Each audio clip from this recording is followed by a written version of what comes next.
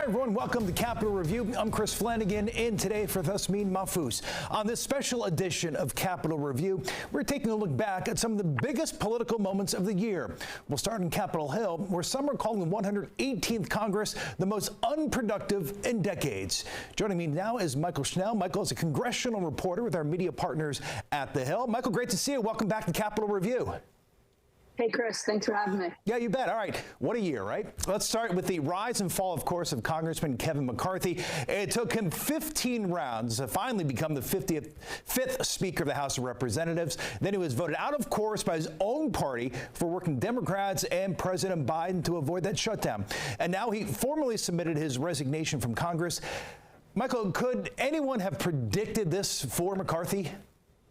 Look, Chris, if this wasn't the most stunning story out of Capitol Hill this year, it was definitely in the top three, right? We first had Kevin McCarthy finally clinch the Speaker's gavel, fulfilling his longtime congressional goal, his longtime congressional dream, making history with that 15 ballot vote. It took him 15 rounds over 4 days to finally clinch the gavel, and then it was just difficulty after difficulty after difficulty, struggling with controlling that right flank, bringing together the GOP conference to pass a number of bills, especially when we're talking about the debt limit. And then, of course, that government shutdown that he put a clean continuing resolution on the floor to avoid that shutdown, which was essentially the beginning of the end for Speaker McCarthy. Again, him making history with that motion to vacate, successfully ousting him from office. And then just this month, Kevin McCarthy announcing that he'd be tapping out of Congress early. He says he's going to remain in the fight and essentially in the political world, but not on Capitol Hill. You know, you asked the question, could anyone have predicted this beforehand? Look, Republicans,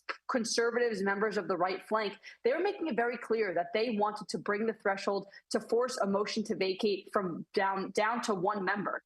Kevin McCarthy had to agree to that less than threshold in order to win the Speaker's gavel. So I think a lot of folks at that moment thought that once he agreed to that demand from the right flank, that could lead to the end of his speakership, which it did. And then, of course, him tapping out of Congress early. Yeah, certainly historic. All right, Mychael, also this year, there's a new leader for the Democratic Party, New York Congressman and Minority Leader for the House, Hakeem Jeffries.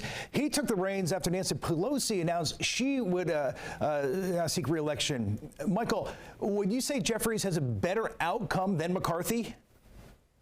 Well, look, Jeffries is still the leader of House Democrats, right? And Jeffries is remaining in Congress, wasn't pushed out by members of the right flank. So I'd say he had a pretty good year. As you mentioned, he was the successor to Nancy Pelosi as the Democratic leader after decades of Pelosi leading the Democratic caucus. This is really a significant change of the guard, handing down the torch from, the old guard to this new generation of leaders, as Pelosi liked to put it. And he really succeeded this year in terms of keeping the Democratic caucus together on a number of key votes. It started out with that speaker's fight when all Democrats stuck by Jeffries' side throughout all 15 ballots. They helped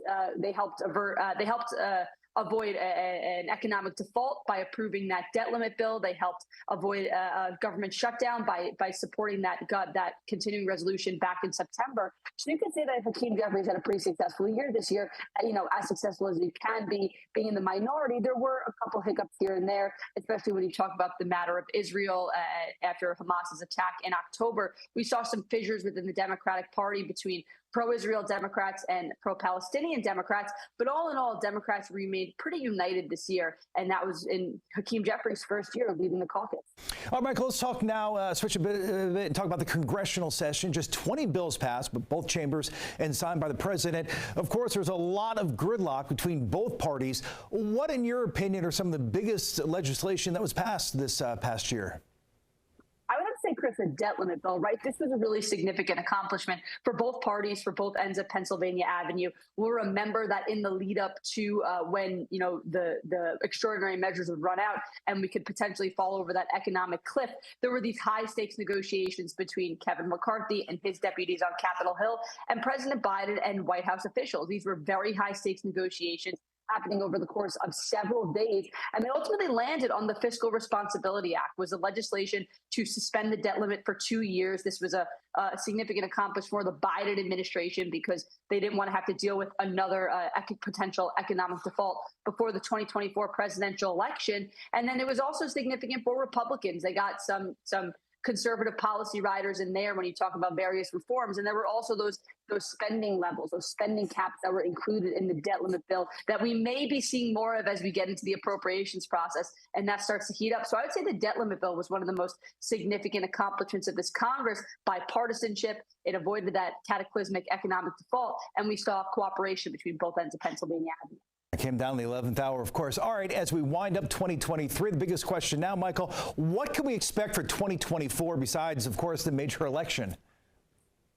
As you said, 2024, it's the election year. So the presidential is going to be really fascinating. The down ballot races, when you talk about congressional races, are also going to be extremely fascinating. Remember, Republicans right now just have a single digit majority in the House. They had expected that would be larger after the 2022 midterm elections, predicting this red wave that just did not come to shore.